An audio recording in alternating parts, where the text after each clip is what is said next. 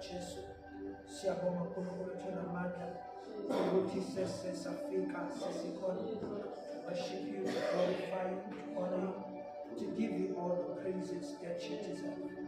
Be amongst us nakulesi sikhathi sisaqhubeka uNkulunkulu ukuzama ukuziveza singabathembekile phambi kwakho. Sithembe ngalokho okuncane usinika kona ukuze uzosithemba futhi ngokukhulu. Amen.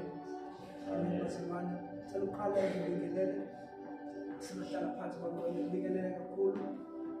Ubaba umoya ngcwele phakathi kwethu, sibingelele ubaba Senior Pastor, sibingelele umama Senior Pastor, sibingelele umama Thibeti, sibingelele ubaba umholi wethu ubaba Makita, mama Makita, sibingelele Tsofatso, Rosan Jabulo, sibingelele mfethu Sihle kulesi sikhathi.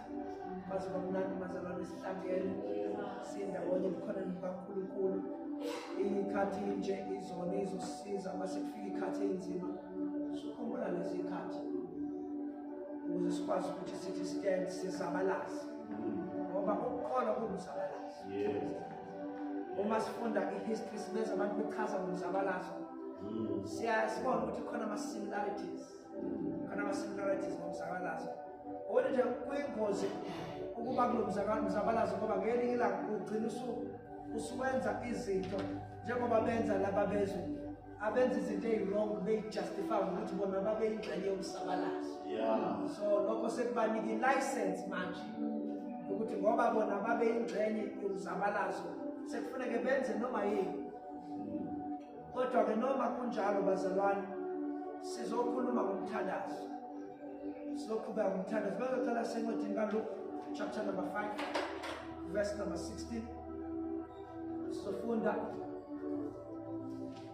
sizwe ukuthi uNkulunkulu uthini thina kulesi sikhathi. Ngiyakuthokozela kakhulu bazalwane ukuhlala ngisebukhoneni babantu abahlale bekhuluma becabanga izwi ngoba lokhu kuyadevelop.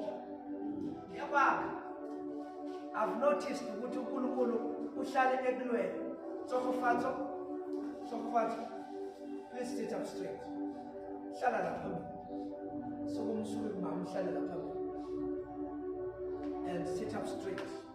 You are very, very strong. Amen. You are strong. You are powerful. You are strong and we love you. Luke chapter number 5 verse 16.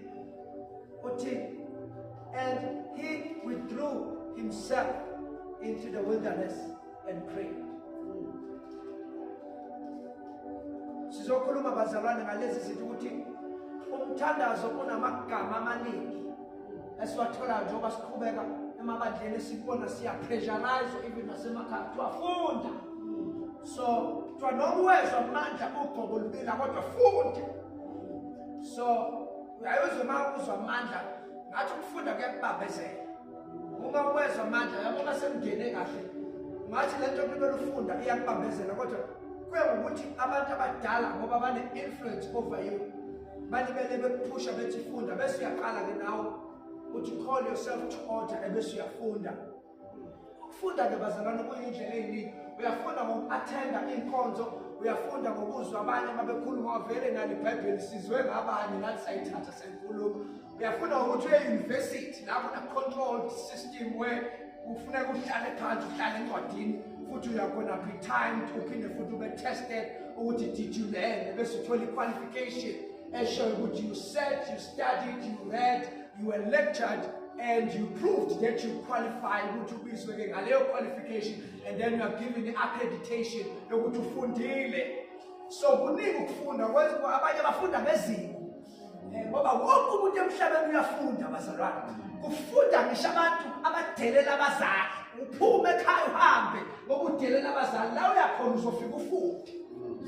Ufunda ngisho uhambe wayongena ezinyokeni nabathakathi nezangoma uyofuna into ezisheshayo nakhona lapho uzofike futhi ufunde ngoba wonke umuntu uyafunda. Noma ushiya umfundisi uhambe ebandleni uzomfika omunye umfundisi la uyakhona la hayi uhlawula uzofunda ubugebengu njengoba kwenzeka namhlanje. It's a serious situation. Abanye bafundisana ubugebengu uyafunda ngoba naba bayifundisa izingane zabo beyiziba nabahlehlayo ekufundiseni ebandleni benika opportunity bengabikhona ukuzofunda kukhona omunye umuntu ofundisayo ngoba kuyafundwa but we see bazalwane ukuthi sisesikhathini la khona when even nasey'koleni we hear ingane yasho ukuthi abazali bami bakhona kodwa bathi abekho. There is a disfavor. Okhokho khona kodwa bathi akekho. Mahleli nogogo sikhuluma indaba. Asikhulumi ngoJesu. Sikhuluma ngeindaba abalekene ezalelwe esithenjini. Nalabo abazalelwe emakhaya la kuxatshana kuliwa ngey'ngane.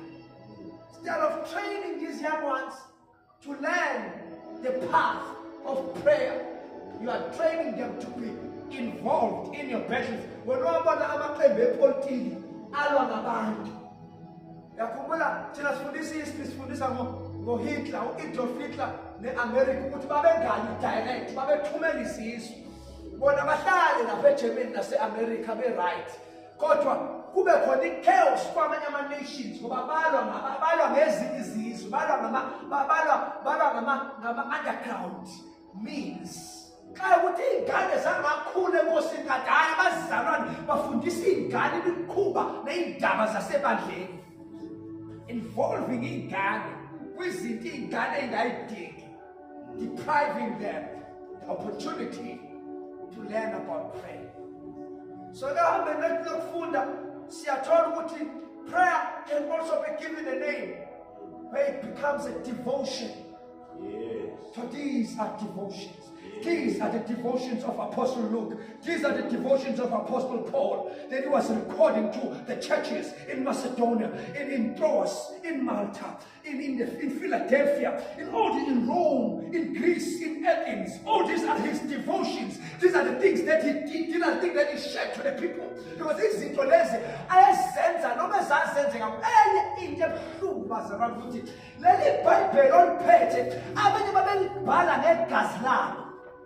Ngoba ikungekho ifountain kube igaza ithweshezena aqothisa igazi kwifountain abayaziyo kwifountain amshoba khona abasayazi ifountain agobhoze egazini lakhe abhale ukuziva ngeliqhubeko ikawuku babekabhali behleli la sifuna ukuya khona bazalwane sifuna ukuya waterfall umbheke kahle umntwana kaNkulunkulu angiphila nge-orange farm ngifuna uye stand seat uyabona nje ngiyimaterial yase stand seat. Hey bazalwane sasakhonza kamnandi khona babelibhala iBhayibheli esejele bengekho abazalwane eboshiwe in a dungeon within a dungeon. Yalazi ijele phakathi kwejele wathatha ukhiye wayolahlwa lapho namakhishwa ngisho ukudla kunikwa iboshwa kungafinyeleli kuyi kwesinye isikhathi abadibhali ingakho le ncwadi inamandla ngalendlela because you can sense the soul behind the words. Ingakho kuthiwa la magama ayaphila uthi ulifunda nje ulizwe ukuthi likhuluma nami because babengalibhali bephuza ikhofi babengalibhali bazalwane bebuka ubumnandi bezwe njabula babelibhala kunzima babelibhala kunzelula babelibhala bebaleka kwaJohn Hus bebaleka bazalwane oMartin Luther kuthiwa khona la inkosi yayisisukumile inkosi yaseGermany kuthiwa benza itulo lokuthi meqeda nje ukusho lama-thesis akhe siyambulala uNkulunkulu wamane waphoza isiphithiphithi kwakhona umuntu okuhambayo wamthatha uLuthela wayomfihla endaweni thizeni wahlala in isolation waliqopha iBhayibheli ngoba kuthiwa umbuso wamaRoma wawulibambile iBhayibheli ukuthi abantu bangalazi izwi. iBhayibheli kwakuyinto yompriest, very select few ababazi isiLatin nesiHebrew. The general public did not know how to read and write. They did not perceive. Ingakho wakufika umuntu nje athi mawukhipha u500 abantu bakini abashonile bazongena esizweni. Njengoba kwenzeka manje sibuyela lapho mase. Uzofunda nje umfundisi ukuthi uma wakho washona engakholwa khipha nje nom 10,000 nyaka uzongena phakathi ezintweni. Vele izwe lemali. And futhi abusho livumi bathi. phela sandela abafundisi manje abangancela ukusukuma athi lonke la ngaba nikhona ukuba akufikanga lonke la nikholwa ngenxa yakho. Athi nathi nale sound uthengwe yini lokho. Athi nale church building it's me. Ngokuthatha sibiza uJesu inyoka yami ifuna kubizwe yona la. Jesu wenze njalo, Jesu wenze. Ngabona Jesu na. Siyalapho manje. According to the very high speed. Tshela nje wena bazobiza uJesu. Fathi umbone uJesu wakwenzela ngoba ngibona ukubona uJesu. Ukwazi futhi izinto nawe kuphela obindekayo mase ufuna ukuphendula. Awubona uJesu wakwenzela uJesu. Kodwa imina nje wena. Unakekela ukugqokiswa ngokugqokile nje ime ngqokisile. Uthanda lama porch lawo ake ngawo la ngaphandle. Akhamba uJesu inyoka yami ekuthemelela ama porch. Ovala umlomo ukwenze lento esiyenzayo. Twancinda kumphalaza. Uqaba uthi la imali linciphi igama lika Jesu emabandleni. Yani imali linciphi teaching yokuthi uJesu wathini. Yanciphi mandate. Kubuyisela ngelokho bazalwane ukuthi abantu abathandazayo bayibona lezi. Futhi masebeyibonile bayakhuzwa kuthi ungakhulumi. Awuyena uJulius Malema. La kaJesu asibona uJulius Malema bazalwane. Yabo mafuna uyiqala kahle ekholweni. Mawusuyibona ufana kakhulu noJulius Malema. Ngoba ukuthi hayi ngathi usuyasuka. Bayekelele osopolitiki benza ipolitiki. Siqhubeke thina. Ngoba sifuna ukufuza uJesu. Jesu kwamasindo ayomsindo. Jesu kwamasindo ayibonakala yonke indawo. Kuthiwa he withdrew. The word withdraw, sithola masiya ku-ATM. Yabo ku-ATM kukhona amagama lapho bese kuthiwa do you want to withdraw cash? Bese ya click out withdraw. Okusho ukuthi uyikhipha phakathi kwenye. Iningi we keep esiqubweni senye imali. Thile iza kimi. I'm withdrawing it to myself. Ingakho lithi iBhayibheli and he called them unto himself. Akasibizelanga ukuba sishumayele, wasibizela ukuba sibe kuye. I'm not called to preach. I'm called to him. Ingathi izinto zokushumayela mase zingixaka ngiyayishiya ngibuyele kuyo ongibizile. Akusho ukuthi abantu angidepend ukuthi bakhona noma bekho. Ibandla angikho worried ukuthi liyadestroyeka noma liyakheka. Mina I come here from him. Uma ngibona inkinga ebandleni ngiyayishiya inkinga ebandleni. He withdrew. Mhlawumbe abafundi basebebhizi bexabana beqwephana abashiya uJesu besale beqwephana. Hamba yokhuluma noNkulunkulu. uJesu wenza lento eyenziwa igwili. Igwili base ibona South Africa kunomsindo omningi. Bona hamba yongena kuyihatshi baba uMakinti. Angene kuyihatshi yakhe ayishaya ihambo lwakhe. Kolo yamatini. Angene kolo inyaka hayi. Angena solo lwakhe. Ayophola olwandle kushiye. Notiti lwenu la emhlabeni. Hamba yophola olwandle. NoJesu wenza njalo. Abantu abarich bazalwane ngiyayithanda impilo yabo ngoba abawufuni umsindo. Share nesiphithi sena elokishini. Anshele not shedding yena. Share ofisini kwebhani ofisini. Afika zonibona amakuphela inyanga. Yenzile iprofit. Mangayenza ngafuthi axosha abathiza axosha abanye phinde futhi anishiye. Ayihambela yo hike. Abantu abarich benza njalo ngoba bayifundile lento yokuthi uJesu wayishiya isiqubu somsindo. Abantu bayashiya nomsindo wabo. Abafuni futhi ukuzwa bashiye. Hambe uNkulunkulu. Uyombuza uNkulunkulu ukuthi nanze njalo uNkulunkulu uma abantu benza nje. Sizobe siyaphinda ukuthi sikhumbuza abantu akusiba abakho mfana wami. Abantu sizobe siyaphendula ukuthi mfana wami ulibele uhamba nabantu abawontanga yini. Hlala eduze kwekheshi. Nami ngihlala eduze kwekheshi. Ngiyangitshela yonke into. Uyabona ke ukuthi ngibuke la ekhaya zimhlophe. Siyakhuluma. Kanjani zimhlophe? Basisikhathi kuyayeke ikhulu sibone lapha endlini sipho. Basisikhathi angalibele ekhuluma nothatha izibuko. Church konke ayenzile ebuhlungu oswathi ebuhlungu lento eyenziwe kimi. Kodwa athi siyakhuluma le. Uyoxolisa. Kodwa ngihamba uyibeka phansi uxolisa. Ubona kahle angenza ngani lutho la. Siza mina. Uthi usathi futhi uyahamba phinda kumisa athi ngirong mangithi siza mina ungenzeni mina. Go and say you are sorry whether you think you are wrong or right. uJesu wayenza njalo bazalwane nesikhathi sokuhlala noNkulunkulu. Isikhathi sokwenza izinto lokutatazela wayengenaso. Yingakho bebhekana naso sonke. Bawufunda iBhayibheli ungathi uJesu umuntu wayebuka imatch yeKaizer neSwallows noma imatch yeKaizer neSundowns. Athi iKaizer neSundowns zijikana. Sithi sisuke bahlala phansi ngayihlalele. Ngoba usebuka irematch uyazi ukuthi ubani ozowina la. So umuntu owayibuka imatch izolo akafani nomuntu obekade elele edlala imatch izolo ozoyibuka ekseni.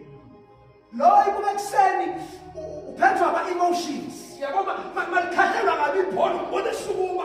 Lo ibonile izolo uyiphuzela ikhofi. Lo ibone kahle imatch izolo. Lithi ngikhuluma nina ncoma abadlala kahle cha noma ngadlala kahle. Kodwa ngiyazi mina ekugcineni ukuthi ubani ozowina. Noma ngalikhahlela kahle lo ibhola. Noma ngamhlaba lo abahlabe bonke balimale babe offside bonke. Kuphuma red card about 14 for the team. Le team ingaphumi. Lo ngayibuka imatch umpithe into ngakazwibo. Lo oyibonile izolo. Uthi worry not. I know the winner. Lithi banqoba ngezi lokufakazi nangegazi leyo ukuthi sanqoba. Uthi phekwa lelibandla ngiyolakha ibandla lami namasana esokha ngeke alahlule. Masifunda isiZulu ngafuna grade 9 ngifundisa umsimkizi isiZulu. Masibuka the literature behind these two statements. Malithi banqoba kusho ukuthi bani? They conquered. In order for us to be declared conquerors, that means there is a period of battle. There is a period of fighting, brutal battle. Khona bayofayina khona iThixo bayindusana bayobhekezela. Abantu boqala indlela ezintsha. Abantu bovusa ama-doctrines amasha. Abanye bokhonzana bodwa bengabe samkhonza uNkulunkulu kumiwe ngenyama sengena usikhumbuzo lapha angene ngeprocession 12 yangena into kaNkulunkulu manje. Kuze kube ngathi uNkulunkulu uyamdolisa uthi wangena usikhumbuzo shezi. Abazali sikhuluma ngosikhumbuzo shezi la. Usikhumbuzo. Kubonakala kunjalo ikhaba kunjalo abanye bakhumula ama-jackets. Uthithele nemali epulpit. Usikhumbuza inyathelo nekike nibhoboza yakhe purple. Siyalapha bazalwane. And uthi sibuyele sikhethe indlela enye. Bathi begijima abafana bebaningi. Kwakhona umfana okhuzwa amathwasa usubayeko ekhaya. Awubuye nganene. Kanti bambizela umfundisi ukuthi those things of fame and popularity are not the real deal. Here is the real deal, my boy. Do you want to be authentic? Do you want to be powerful? Do you want to be effective in your ministry? Ayiyi ngokuduma nokwaziwa nokuba khona yonke indawo lento. Ayiyi nomsindo njengalome phambi kwethu abangumsindo. Kodwa iyangumthandazo. Yathandaza yini. IBhayibheli lami uJesu wasuka waya ku-wilderness. Umkhuleko loyo ayewenza bengekho abantu. Izinto esizenza kusithekeni zibonakala ekukhanyeni. Izinto esizenza abantu bengasiboni. Izwe lingasiboni. Izona ezenza abantu basibuza bathi ukhambaphi wena? Kanti ubani? Yabona bazalwane abantu bese sebebaningi bekubuza lo mbuzo. Yabona ungakafiki phakathi kwabantu bekubuza ukuthi kanti ubani wena? Yabona uhamba phakathi kwabantu bengakakubuzi lo mbuzo. Sekusafanele ukusebenza. Ngoba bakubuza lo mbuzo ngoba babonile bekhwifa ngeinto zabo engasebenzi kubo. Sibehlala phansi bathi kanti ubani lo Jesu? Bese siyamazi. Nolwandle liyamlalela.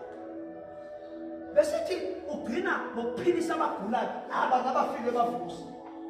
Besithi ugcina lapho nalo nolwandle khuluma kubeka peace be still uthula amasa lwathula ulwandle siyalazi bazalwane ulwandle kusho ukuthi umkhumbi wangangale building ulwandle lonke la i-Orange Farm awukho umhlaba awuboni lutho nisolwandle you are at the mercy of the ocean. The ship kuthiwa yayisizinqa nawo yayisiziwe kuthiwa ngoba iyazinqa kuthiwa bamvusa uJesu ovuka wabakwakanye uthula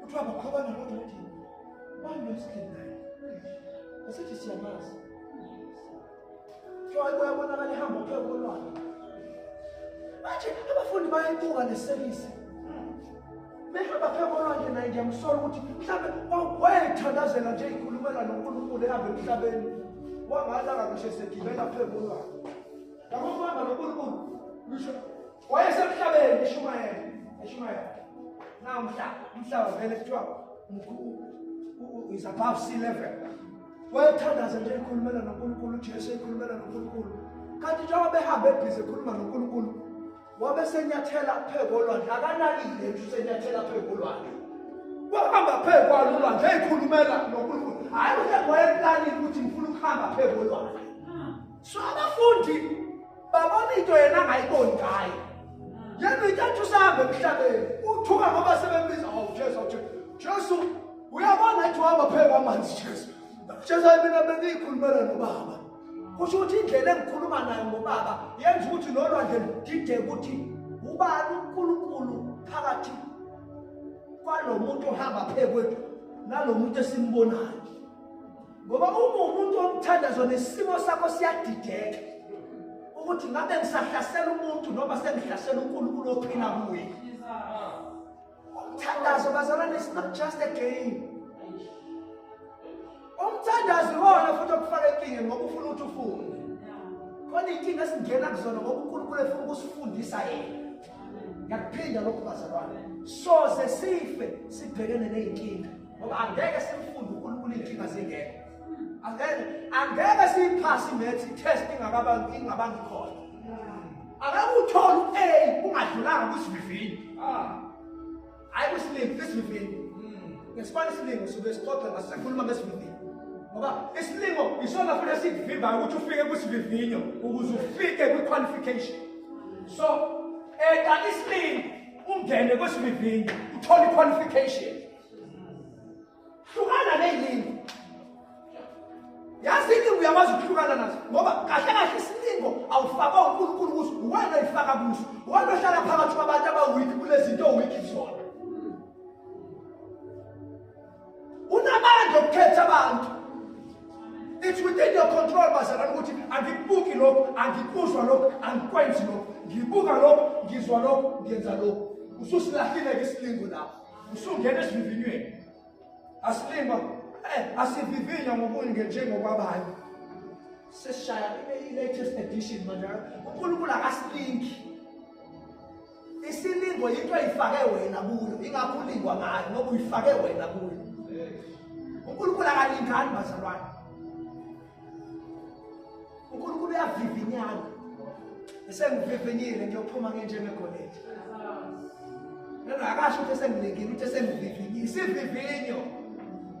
I'm a student teacher ngiyayifunda i-question paper yesiZulu kuthiwa isivivinyo sokuqala sonyaka akusho ukuthi silingo isivivinyo okusho ukuthi sizotest ukuthi lento sikufundise yona ngoba lento ofaka kuyo ufundisiwe yona lento ubhekene nayo njengoba mshumayela njengoba kuyisonto during the week uzobhekana nalento engiyifundisayo uzophasa yini bafika nesonto bafika basibuke shumayela basibuke bese yayiphumela uqala ukuthi siyadala ngoba ngifundisa preparing you khona into ezayo manje kusasa ingakufuna ukuyizwisise lengisho ingakungadlule futhi ngiya kwelinye point ngoba kusho ukuthi konke ezayo lapha empilweni yakho enzini ezodinga ukuthi uapply lento engitshela yona manje. That is the purpose of Sunday. What is prepare ukuthi Monday is coming baby. Prepare yourself. Stops cause this pen siyazi shisha esabona abantu base-Eastern Cape basibonile bakhona abasibonile siza bathi kuzisiphepha kuzikhuphula. I'm sure akhona ama-prophetic voices e-Eastern Cape Athi prepare yourselves bazalwane khona into ezayo. Ibandla liyabadinga abantu abakwazi ukubona. Ubone uJuly ungakafiki. Bazalwane lo msakhonteza. Uma ke ungekho umthandaza sibi nabo abantu abanjalo. Siphaphama sekusebona ke. Abantu abaprofeti. Sathwale labantu bathandaza abantu bakho abaprofeti. Abaprofeti balesi sikhathi bakwazi ukutshela ukuthi ugqoke i-under t-shirt enjani. Kodwa bakwazi ukutshela ikhathe ezayo. Bakwazi ukuprofetha bakutshela imoto ukuthi uzothola imoto uzothola umshado. Kodwa bakwazi ukusitshela ukuthi khona isikhathi esizayo. Abaprofeti balesi sikhathi babashaya amathomoya. Abaprofeti bethomoya. Kuyathomoya bazalwane kuyathomoya. Kuthomoya isizwe sifa. Angizonde ithomoya ngiyishaya bazalwane.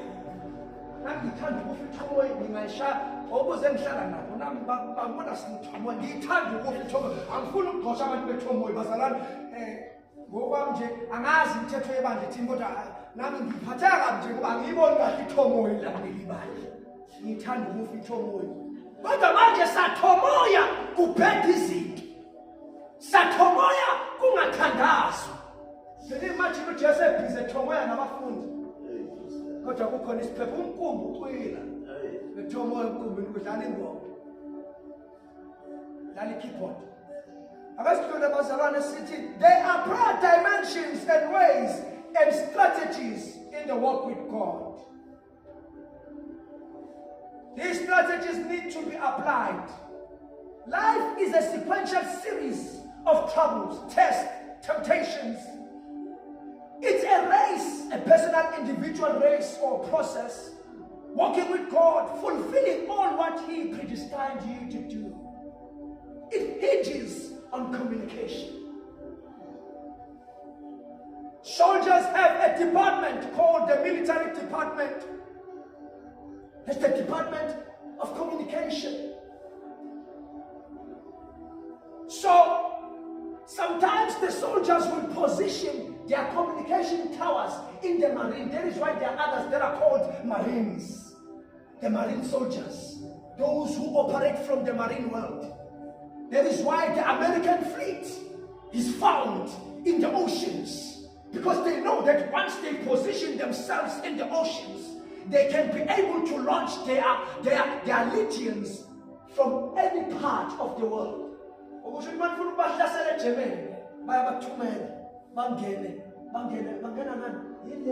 ocean, the Middle East, the ocean, the Black Ocean, or whatsoever. But come and say, Mama, the Indian Ocean. The Japanese Ocean. So, Russia and the fleet that is positioned inside the ocean. I'm marines. But some are imperials. I'm imperials.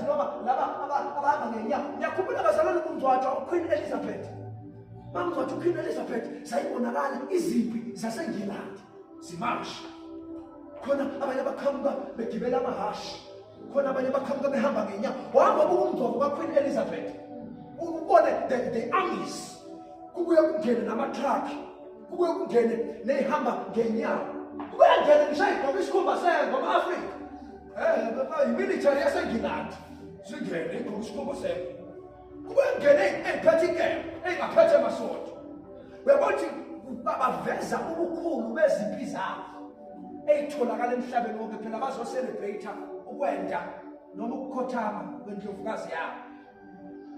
So military in a communication department okuyona dealer nokuthi i-information iqhamuka. Ngiyakhumbula bazalwane eBhayibhelini makuzozalwa uSamson wafika ingelosi athi yakhuluma noManola yathi Manola kuzozalwa umfana ningamphuci ningamenzi ukuthi communication.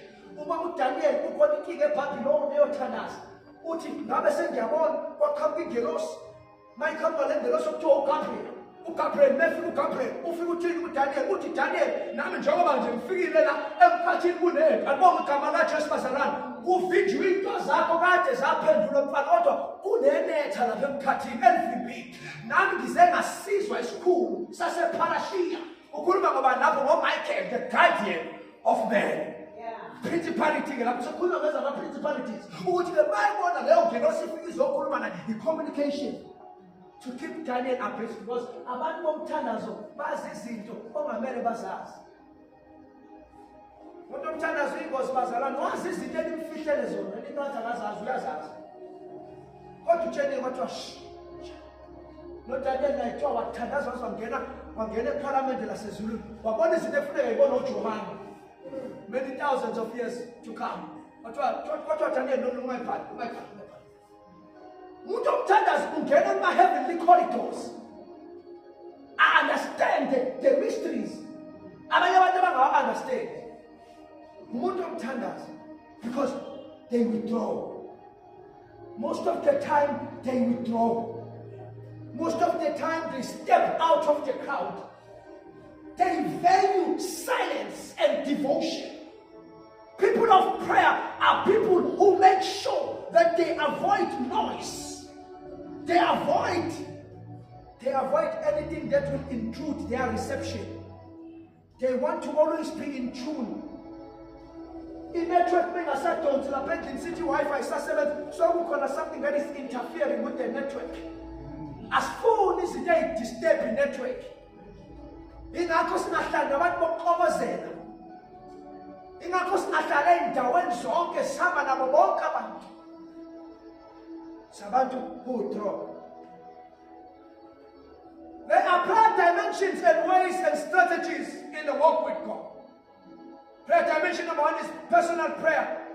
We find that in Daniel chapter number 1, verse number 4. Daniel chapter 6, 10, verse number 14. We find it also in Psalms chapter number 13, personal prayer. Other prayers I titled, this was a prayer that David made after he had killed Uriah. uDavid wabulala Uriah ebulalela unkosikazi wakhe. Walifihla lelo hlazo, wathi belifihlile watshela ukuthi he has gone away with it. Kanti kuyofika uNathan and no life when compared to David. But because David was a man of prayer, he could recognize, this is a point where I need to bow because I was wrong. Abantu bomthandazo bayazi ukuthi akufunekanga ukuthi uphakamele nabantu abaphethe blessing yakho. Umuntu omthandazo akadakwa amandla, agcina sehlasela abantu abazomsiza. Befika uNathaniel athi bakhona indoda enekhono lo, bazona ngichaza ngelinye ilanga le, ukhona ozoshumayela. Point number 2, collective corporate prayer.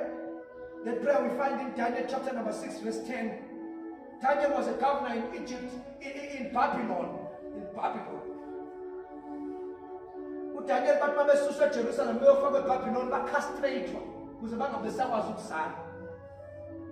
Babecastratewa baphinde baphuthwa amagama abo ukuze ihistory yabo ne-heritage yabo nezinto abayifundiswe ekhaya eziyisiqubulo neziyisekelo sokuphila kwabo bayikhohlwe bagijime nezinto zaseBabylon, but bayikhethela bona abafana. That is why we can't help it but to preach about them. And even though they were in a foreign land, in exile, they kept to the standards of God. But what helped them to be able to do that? It was prayer. They were grounded in prayer. Prayer helped them to remain in their own identity, the identity that they find in Christ Jesus. Positions, chamber of the Council of Provinces, president of the nation, world order, decisions. I don't lose my identity because I'm a person of prayer. Daniel was a governor, a very, very powerful governor. And amongst his colleagues,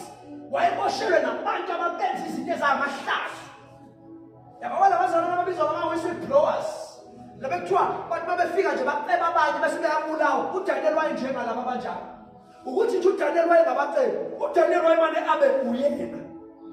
His very personality and righteousness will expose their wickedness. But my nomuntu lo makubhekwa amabhuku eyimali zakhe namabhuku eyimali zethu kuyaphambana.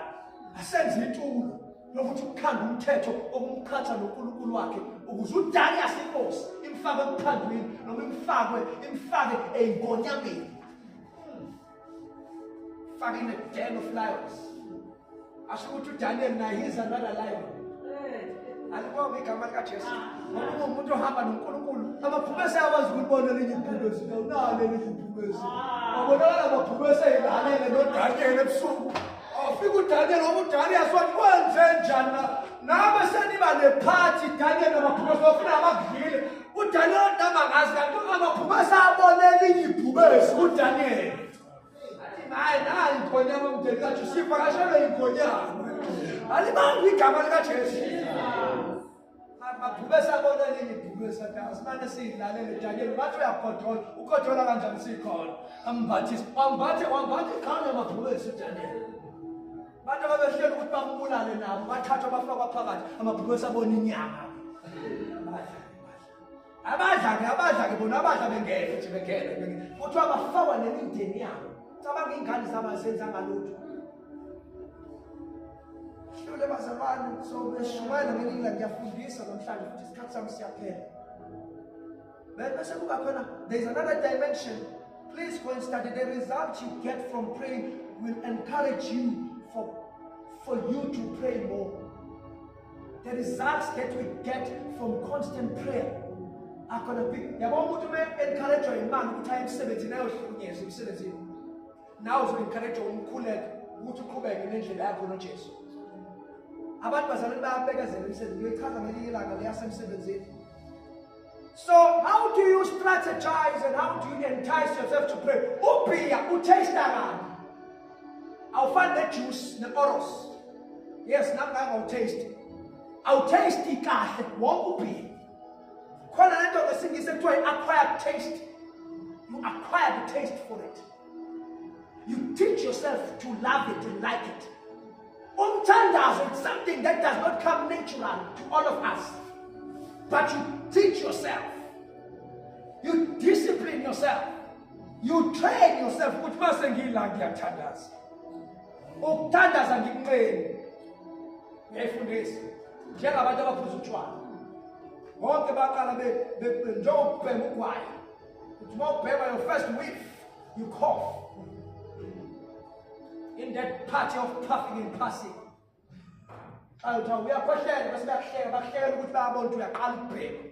They initiate you to permit someone now. In Ghana, like 28, 30 years, 15 years, let's 10 years. So in Ghana, they're going to go to your payment. So emotional. We all feel like 6 to Jan, I'm a papa Jan. We all feel like you're 6. Specific prayer, Bazalwan, some specific prayer is over next week. I'm not skipping points. And Bazalwan next week is on paternity test. I want to test if you are learning songs of niggas and Jama paper, each and everybody, so that we see which uncle and then from this. Are you learning? Are you capturing something? Because I'm Shumaela, they are from this, so I need to get results, which you open and not told. So next week I'll come with a test of everything the best thing I should put some standards. So our results is what we are pambi uze babone bonke abazalwane. Okay, mam Shumaela no mam fundisa ubani osuke ezilalele ubani osuke ezoba spectate. Wonke nje ama results out of 100% mutual 95% wonke umuntu la phambili. Alibonga igama lika Jesu. Baba siyabonga. Oh, su Jesu.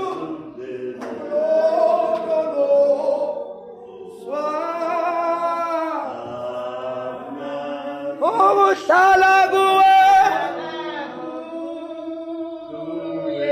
Kona.